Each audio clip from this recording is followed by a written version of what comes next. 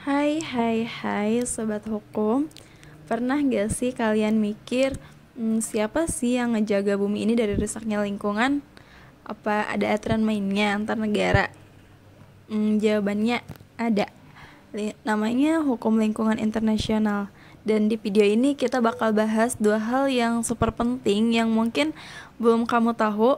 Yang pertama ada prinsip pencegahan dan yang kedua ada kerjasama lingkungan global. Stay tune ya, jangan close tab. Kita bakal ngobrol ini dengan cara yang fun tapi tetap deep. Let's go.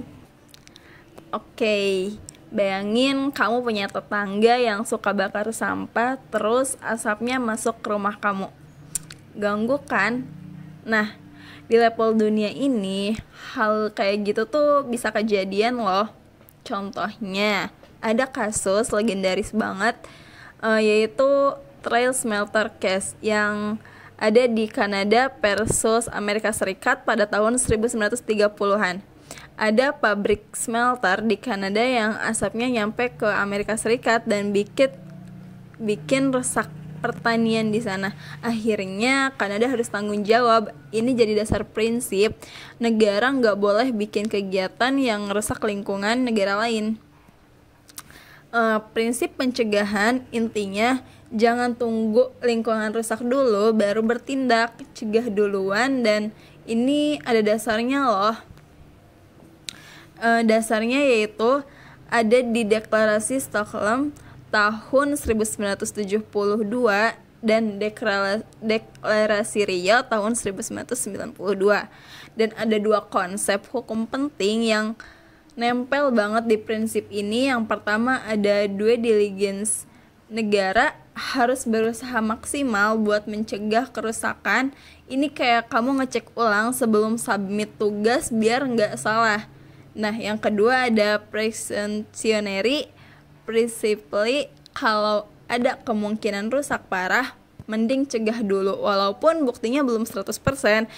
Kayak kamu udah mulai batuk, belum tentu flu sih, tapi kamu udah minum obat dan istirahat. Sama kayak lingkungan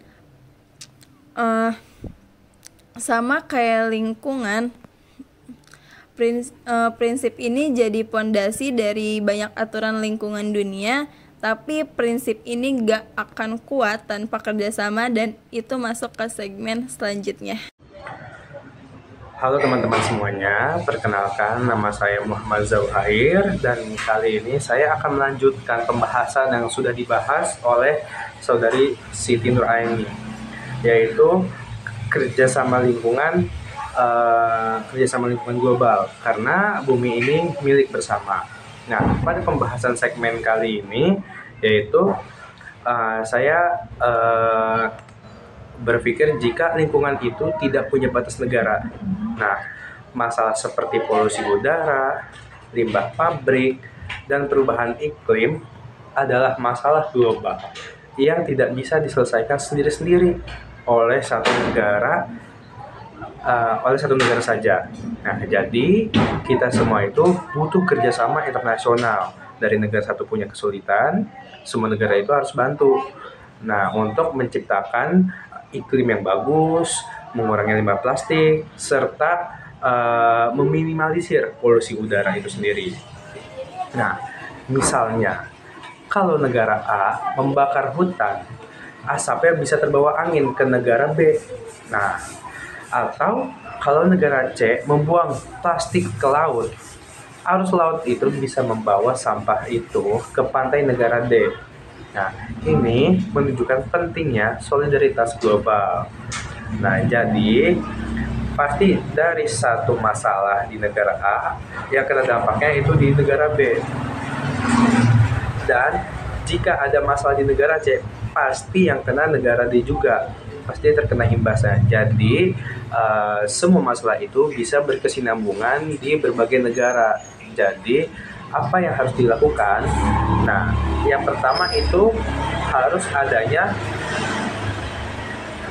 bentuk kerjasama global atau perjanjian internasional. Nah, negara-negara membuat kesepakatan resmi dalam bentuk perjanjian. atau konvensi internasional untuk mengatur perlindungan dari lingkungan itu sendiri. Contohnya seperti apa? Contohnya itu ada UNFCCC atau United Nations Framework Convention of Climate Change. Nah, itu apa sih? Nah, dari UNFCCC itu ada 3 yang pengen saya sampaikan. Yang pertama, ada kesepakatan global untuk mengatasi perubahan iklim. Yang kedua, lahir dari kekhawatiran dunia atas efek rumah kaca atau bisa disebut juga dengan pemanasan global. Nah, yang ketiga itu melahirkan pertemuan tahunan seperti apa? Seperti Conference of Parties atau bisa disebut juga dengan COP. Nah, misal COP21 Paris Agreement. Nah, seperti itu contohnya. Nah, terus apalagi bentuk kerjasamanya itu ada konvensi keanekaragaman hayati. Nah, tujuannya untuk apa sih dari konvensi keanekaragaman hayati ini? Yaitu tujuannya untuk melindungi berbagai macam tumbuhan, hewan, dan ekosistem. Nah, jadi keanekaragaman hayati ini selain untuk melindungi berbagai macam tumbuhan, hewan, dan ekosistem yang harus kita jaga, itu negara harus menjaga spesies langka dan habitat alami agar tidak bisa diperuntukkan kepada individu-individu yang ingin mengambil keuntungan dari sana, atau itu bisa menjadi penghambat untuk melakukan konvensi keanekaragaman hayati itu sendiri, yang dimana tujuannya itu untuk melindungi berbagai macam tumbuhan, hewan, dan ekosistem seperti itu. Dan negara juga seperti yang saya bilang tadi harus menjaga spesies langka dan habitat alami, dan itu harus digarisbawahi. Nah, yang ketiga itu ada Protokol Montreal. Nah, Protokol Montreal itu seperti apa sih? Yaitu adalah perjanjian sukses untuk mengurangi penggunaan bahan kimia yang merusak lapisan ozon seperti CFC. Nah, seperti CFC itu. Jika tidak tahu CFC, coba searching sendiri. Barangkali kalian bisa menemukan jawabannya di situ. Nah, jadi perjanjian sukses untuk mengurangi penggunaan bahan kimia yang merusak lapisan ozon itu hasilnya dapat kita lihat bahwasanya lapisan ozon itu mulai pulih. Dan ini sangat amat penting. Kenapa sangat penting? Karena dari perjanjian ini semua adalah bentuk kerjasama kita untuk menunjukkan bahwa dengan kerjasama dunia bisa benar-benar membuat perubahan positif. Nah, terus ada juga poin yang pengen saya sampaikan terkait prinsip-prinsip kerjasama global, yaitu yang pertama adalah CBDR atau bisa disebut juga dengan Common but Different Responsibilities. Nah, Common but Different Responsibilities itu seperti apa? Nah, inti pesannya adalah semua negara bertanggung jawab untuk melindungi bumi untuk melindungi bumi, tapi tanggung jawabnya berbeda-beda.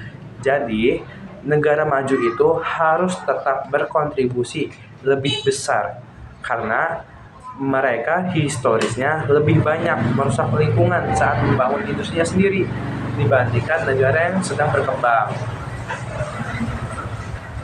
Nah, contohnya seperti apa sih? Nah, coba saya analogikan. Jadi, bayangin jika kalian sedang mengerjakan tugas kelompok. Kalau ada anggota yang lebih jago, dia membantu lebih banyak yang belum terlalu paham. Seperti itu contohnya. Jadi, di sini juga negara maju seperti US atau United States ya disebutnya ya, atau bisa dibilang bahasa Indonesianya itu adalah Amerika Serikat atau Eropa, itu harus membantu negara-negara berkembang seperti Indonesia, Kenya, Bangladesh, dan serta yang lainnya juga. Nah, yang kedua itu ada Polluter Pays Principle atau bisa disingkat juga sebagai P3 Nah, polluter principle itu seperti apa? Nah, inti pesannya itu adalah siapa yang menyebabkan pencemaran lingkungan, dia yang harus bertanggung jawab. Bertanggung jawab apa? Bertanggung jawab dalam membayar biaya perbaikan. Misalnya, saya analogikan seperti ada perusahaan minyak yang menyebabkan tumpahan minyak di laut. Maka, perusahaan itu wajib membayar biaya pembersihan dan kompensasi dari kerusakan lingkungan itu sendiri, bukan masyarakat umum. Nah, dalam kasus ini juga sangat amat penting. Kenapa? Agar pencemar tidak lepas tangan dan ada keadilan bagi korban pencemaran. Contoh real kerjasama di dalam untuk melindungi bumi kita ini itu inti pesannya adalah kerjasama global itu bukan cuma di atas kertas, tapi ada aksi nyata seperti ada pendanaan hijau. Pendanaan hijau itu seperti apa? Negara maju memberikan dana ke negara berkembang untuk membangun energi terbarukan seperti tenaga surya dan angin. Nah, yang kedua ada contoh Green Climate Fund atau bisa disebut juga dengan transfer teknologi. Nah, negara maju berbagi teknologi bersih seperti panel surya, kendaraan listrik, atau teknologi pertanian ramah lingkungan ke negara yang belum punya akses teknologi itu. Tujuannya untuk apa? Tujuannya untuk membantu negara berkembang, mengejar ketertinggalan tanpa merusak lingkungan. Nah, jadi kenapa ini penting buat kita? Nah, kenapa ini sih penting banget buat kita? Karena hukum lingkungan internasional bukan cuma urusan politisi. Kalau perjanjian lingkungan tidak ditegakkan, laut akan tercemar. Mikroplastik akan masuk ke rantai makanan kita. Ikan yang kita makan bisa tercemar juga. Udara bisa makin kotor. Asma, penyakit paru-paru bakal meningkat. Dan iklim makin ekstrim. Seperti banjir, kekeringan, kebakaran hutan makin bakal sering terjadi. Dan dari itu semua, siapa yang akan hidup di dunia yang makin rusak itu? Kita, generasi muda. Kalau saya sih nggak mau ya. Jadi, untuk sobat hukum, sekarang kamu udah kenalan sama yang namanya tentang prinsip pencegahan, yaitu cegah sebelum parah dan kerjasama global. Bareng-bareng kita jaga bumi. Nah, hukum lingkungan internasional itu kayak kode etik global buat jaga rumah kita, yaitu bumi. Nah, kalau kamu peduli, yuk jadi bagian dari perubahan mulai dari hal kecil seperti hemat air, kurangi plastik, edukasi orang-orang sekitar kalian. Dan itu saja yang bisa saya sampaikan, kurang lebihnya mohon maaf. Sampai jumpa di kemudian hari. See ya.